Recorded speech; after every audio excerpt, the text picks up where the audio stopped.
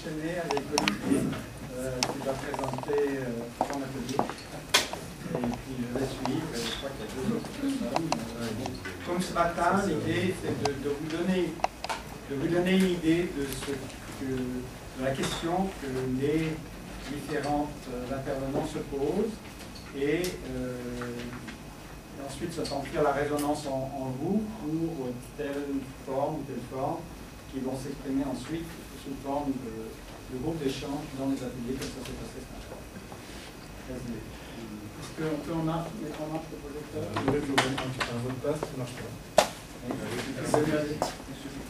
Oui, mais je laisse avec la capitale, pas la capitale, les chiffres, tout ça. Ah là là là. Technique un peu.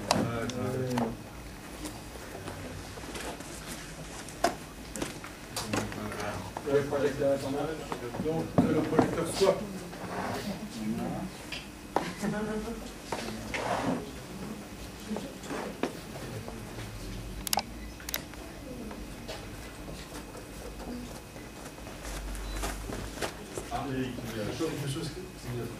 Je vais dire quelques mots sur toi. Ah oui, oui. Bien. Alors, qu'est-ce que j'ai fait dans ma vie?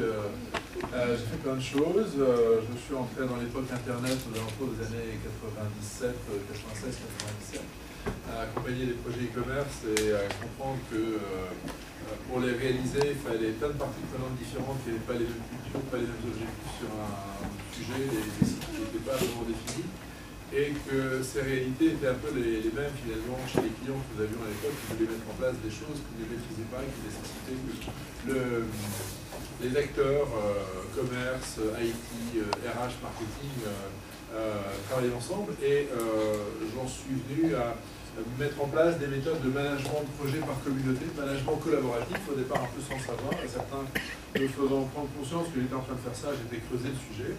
Je suis arrivé chez Saint-Gobain comme directeur e-business et après quelques mois où j'avais fait du top-down à la demande un peu du système, je me suis rendu compte que pour que ça prenne, il fallait mettre en place des groupes transverses et que chacun s'approprie les démarches et qu'on co-construise.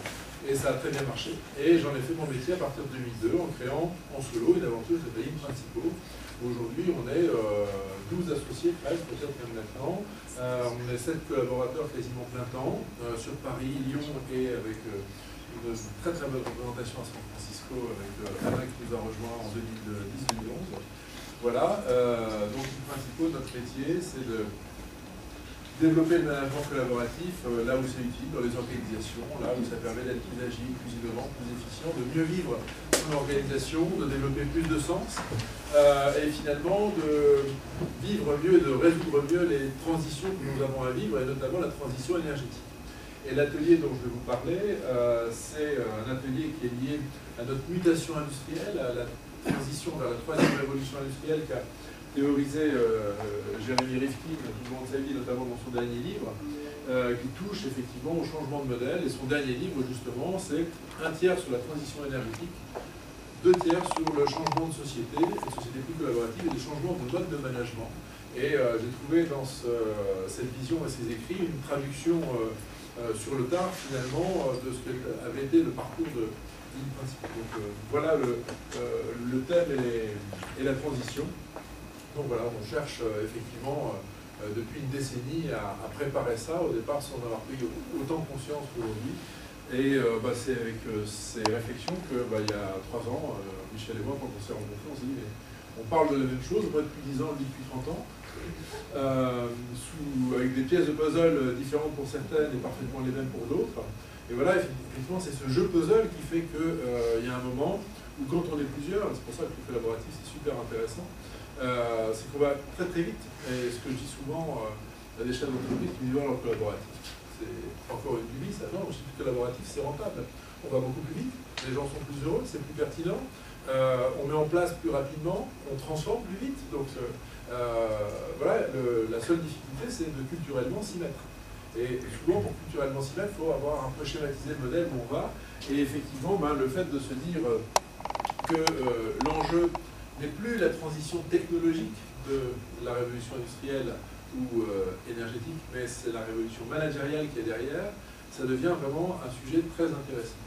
Et c'est Gary Hamel, qui est un autre conférencier, penseur, auteur international, qui, dans une de ses conférences il y a 2 ans, avait demandé à la salle c'est quoi l'innovation des 100 dernières années qui a transformé le plus économiquement nos réalités. Alors, le moteur à explosion, l'électricité, etc. Et lui répondant, le management. À partir du moment où on a su faire en sorte que les êtres humains ensemble sachent créer davantage de valeur, eh bien, on a su innover, produire, organiser. Et le changement en ce moment, il vient sur le mode de management parce qu'on ne va plus être en mode process froid projet, mais en mode chaud, à haute température, en collaboration, en intelligence les uns avec les autres.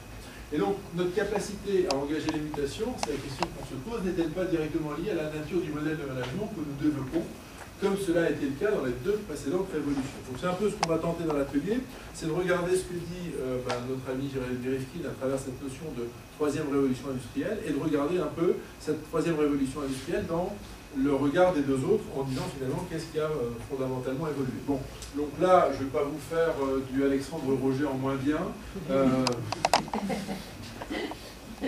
mais bon, on voit bien qu'on passe d'un monde des énergies fossiles à d'autres formes d'énergie, avec un mix énergétique, parfois même un mix de scénarios énergétiques, disent des esthètes les plus raffinés sur le sujet. Est-ce qu'on quitte les énergies fossiles parce qu'il n'y a plus de pétrole, ou parce qu'au contraire, c'est très nauséabond de conserver les énergies fossiles pour toutes les externalités négatives que ça cause dans le monde et surtout à nous-mêmes? On peut s'interroger, mais en tout cas, il est certain qu'on est en transition. Et notre ami Jérémy Rifkin nous dit, on ne va pas faire un monde super centralisé avec des immenses centrales nucléaires à fusion où il y en aurait 3 en Europe, une à Cadarache, une en Allemagne et une à Tchernobyl. Alors d'abord parce que Tchernobyl on ne peut plus construire apparemment, en Allemagne ils ne veulent pas, et Cadarache apparemment ça ne va pas marcher avant 2083 d'après certains experts. Donc on voit que c'est effectivement assez compromis d'aller vers un système ultra centralisé.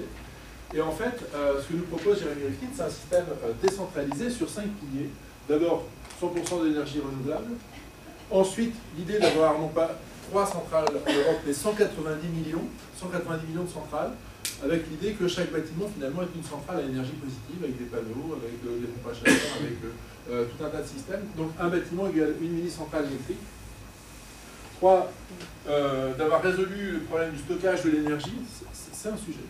Le stockage d'énergie, et notamment par la production d'hydrogène, donc ça c'est sa thèse, et puis surtout de rendre intelligents ces bâtiments, ce stockage, ces productions d'énergie renouvelable qui sont intermittentes et discontinues et qui posent un certain nombre de problèmes, par une intelligence du réseau, les smart grids, c'est l'internet de l'énergie.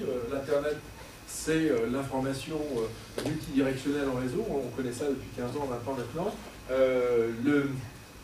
Les smart grids, c'est la même chose sur les réseaux électriques. Je suis producteur et consommateur d'énergie en fonction des heures et des capacités du réseau et de l'intelligence de l'ensemble. Et enfin, bien sûr, d'avoir une mobilité liée à des systèmes hybrides avec des piles à hydrogène, etc. Et le tout dans une certaine intelligence de l'ensemble, et ce qui change pas mal le paysage, en tout cas européen, si on se projette. Voilà son hypothèse de travail, et qui, selon lui, induit un modèle de management, de gouvernance, d'organisation sociale complètement différent, puisqu'on aurait pu en France un méga EDF ou un méga E.ON ou je ne sais pas qui dans d'autres pays qui fait tout, contrôle tout et c'est tout, mais une infinité de multi-parties prenantes dans l'écosystème qui sont intelligents ensemble pour le bien commun qui est ici notre consommation énergétique, mais après tout un tas d'autres réalités. Donc, une fois qu'on se dit ça, il y a tout un tas d'éléments au changement de modèle. Et après, on peut regarder très rapidement la révolution industrielle, avec ce que ça a supposé comme modèle de management à chaque fois, pour arriver à un système maillé, où on voit que, en fait, on monte en valeur à chaque fois, mais on est en train de vaincre à chaque fois des degrés de complexité. Et donc, finalement, cette 3e révolution industrielle oblige, non pas au taylorisme, à la chaîne de valeur, mais à une notion systémique. En fait, on n'y va pas par désir ou même parce que ce serait plus sympa à vivre, ce qu'on pourrait croire. C'est même par nécessité. C'est l'intelligence de l'évolution qui nous emporte vers ça. Et c'est ça qui est intéressant peut-être à creuser et à voir ce que ça peut traduire d'aller maintenant vers une société plus collaborative pour réduire les risques et augmenter les opportunités, pour passer finalement en innovation de rupture à des modèles qui sont des innovations d'écosystème et non plus des innovations de produits ou de services, et effectivement à changer même notre nature de modèle d'innovation pour passer d'une innovation fermée à une innovation ouverte, à une innovation ouverte interentreprise, voire même à de la consommation collaborative. Ça, effectivement, on le voit aussi fleurir à différents égards, mais c'est le même mode de pensée qui se propage. Et finalement, nous dit Rifkin, il existe un continent qui est collaboratif sans le savoir, c'est l'Europe. Et l'Europe, clairement, pour beaucoup, c'est le bordel. C'est un système juridique incompréhensible, c'est une fausse centralisation pas réussie, ça c'est effectivement la vision négative qu'on peut en avoir. Il dit non, vous êtes en train d'inventer un modèle génial, c'est un modèle de collaboration entre États, entre peuples, entre individus, et prenez conscience de ce que vous êtes en train de faire parce que vous êtes l'avenir de l'histoire. Voilà ce qui peut être intéressant comme sujet et que je vais donc vous proposer tout à l'heure en atelier. Bravo.